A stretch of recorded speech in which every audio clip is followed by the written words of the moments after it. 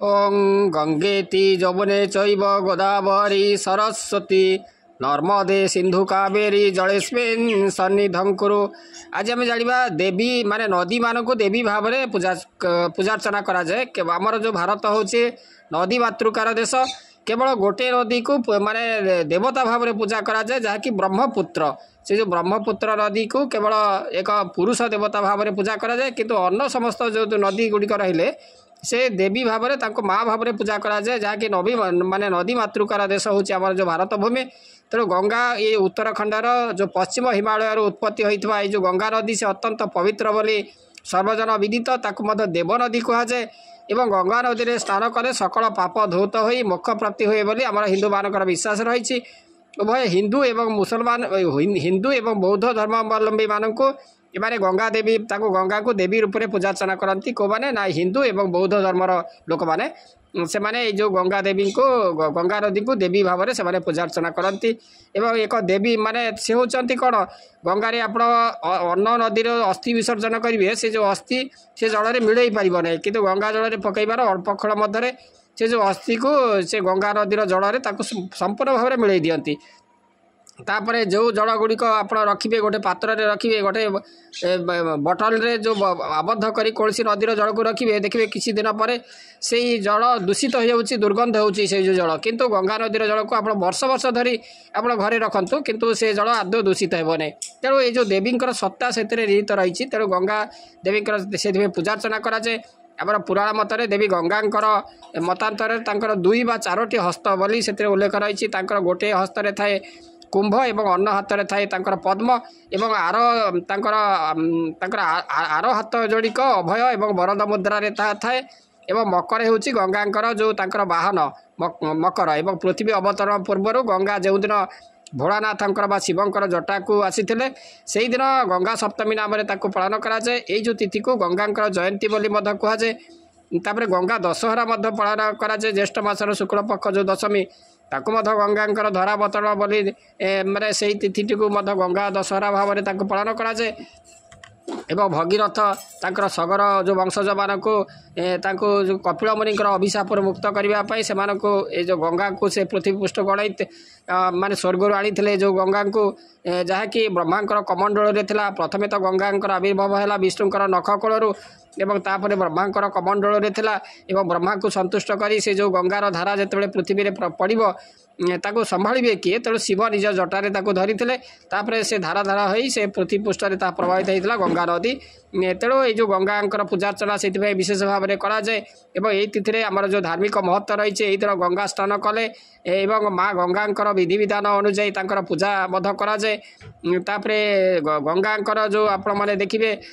जो कुंभ मेला अनुष्ठित हुए पवित्र नदी रे गंगा नदी कूल आमर पवित्र कुंभ मेला अनुष्ठित हुए एवं गंगारे स्नान करती। जो मकर संक्रांति रे गंगारे स्नान करने अत्यंत पुण्यदायक बोली कहुए। तेणु आमर जो जमुना नदी से हूँ कौन ना उत्तराखंड स्थित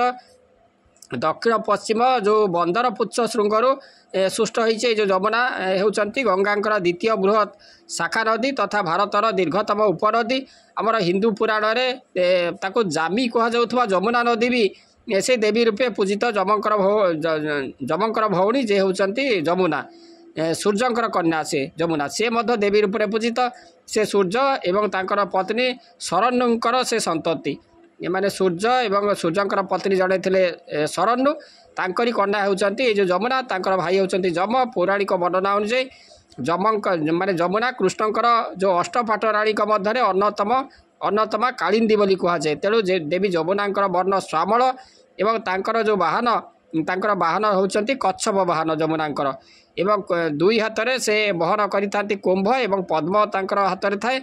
एवं तापर परवर्ती नदी होती नर्मदा नदी बा से देवी रूप में तो पूजित मध्य प्रदेश एवं गुजरात प्रभावित जो नर्मदा रेवा नदी भाव में से अभिहित। एवं पुराण कहे जे तांडव नृत्यरत शिवंकर जो शरीर निर्गत सेदरे उत्पत्ति होइथिबारु नर्मदा नदी को देवी मान्यता दि जाए। एवं जो बनलिंग कहुआ स्वाभाविक भाव सृष्ट बहु शिवलिंग ये नदी मिले। तेणु आउ एक आख्यान अनुसार आमर जो ब्रह्मांकर अश्रु नर्मदा एवं सोन नदींकर सृष्टि होती कहुए। एवं ये जो देवी चतुर्हस्ता से होती चतुर्हस्ता तांकर 3टी हाथ में थाए त्रिशूल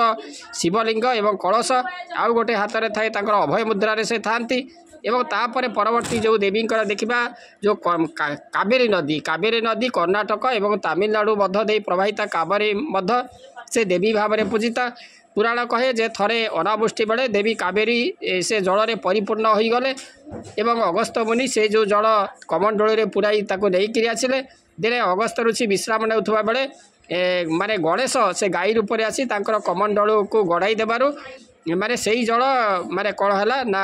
उड़ी जाई कावेरी नदी रे कावेरी नदी हो गला से जो जल एवं कावेरी नदी कावेरी देवी 2 वा 4 बाहु एवं से गोटे बाहुरे थाए तांकर माला एवं आउ गोटे बाहुरे पद्म एवं तांकर तृतीय बाहुरे जल झरुथबार एक कुंभ मध्य से धारण करिसंती तांकर चतुर्थ बाहुटी से अभय मुद्रा रे रही थाए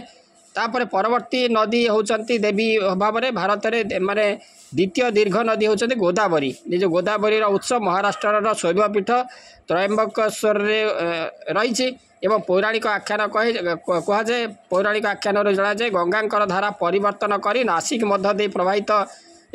कराइबारु गौतम मुनि प्रभु त्रयंबकेश्वर को संतुष्ट करने को तपस्या कले जो तपफल बल गोदावरी नदी उत्पत्ति है एवं मकर उपर दंडायमान गोदावरी देवी 2 वा 4टी हस्त ये पवित्र नदी तटरे बहु तीर्थस्थान रही या व्यतीत बराहंकर बक्षर जात होता शिप्रा नदी माने जो बराह भगवान बक्षर जात होती शिप्रा नदी देवी रूपे पूजिता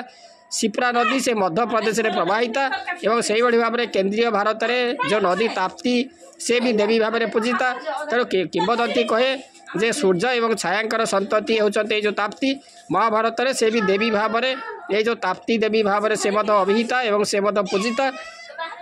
तेणु आपण मैंने जानिले जे नदी मातृका केवल नदी मान को मातृ ज्ञान पूजा कराए एवं तांकर चित्र से मातृ भली रही केवल गोटे नदी जे कि ब्रह्मपुत्र से देवता भाव में पूजित पुरुष देवता भाव में किंतु अन्य समस्त नदी से मातृ रूप में आराधना कराए एवं तांकर चित्र आप देखिए मूर्ति से मातृ भली एक देवी भली तेणु आपण मैंने संपर्क में जानिले गंगे जमुने चैव गोदावरी सरस्वती नर्मदे सिंधु कावेरी जलेस्मिन् सन्निधं कुरु।